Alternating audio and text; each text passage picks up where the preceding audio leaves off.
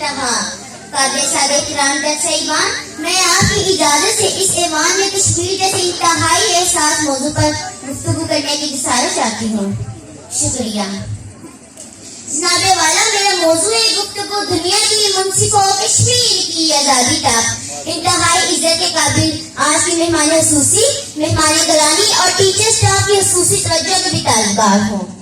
پکارتے ہیں وہ کشمیر کے گلی کوچے، پکارتے ہیں وہ کشمیر کے گلی کوچے، بلا رہے ہیں وہ جلتے ہوئے در و دیوار، لگا رہے ہیں تماچے زمین عالم پر، لگا رہے ہیں تماچے زمین عالم پر، وہ کشت کانے ستم سے اٹے ہوئے بازار۔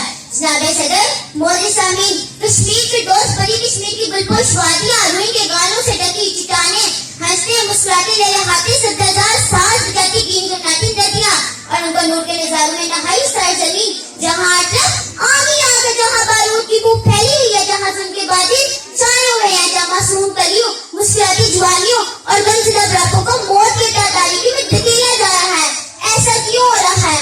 اس وادی رنگ و نور میں یہ موت کا کھیل کیوں کھیلا جا رہا ہے؟ ارباب محفل، یہ بہت سے سوال ہے جن کا صرف ایک ہی جواب ہے، بھارتی سامراج۔ لوگ ٹوٹ جاتے ہیں ایک گھر بنانے میں، لوگ ٹوٹ جاتے ہیں ایک گھر بنانے میں، تم ترس کیوں نہیں کھاتے میرے کشمیر کو جلانے میں؟ مودی سامعین، کشمیر کی تحریک آزادی کا آغاز 18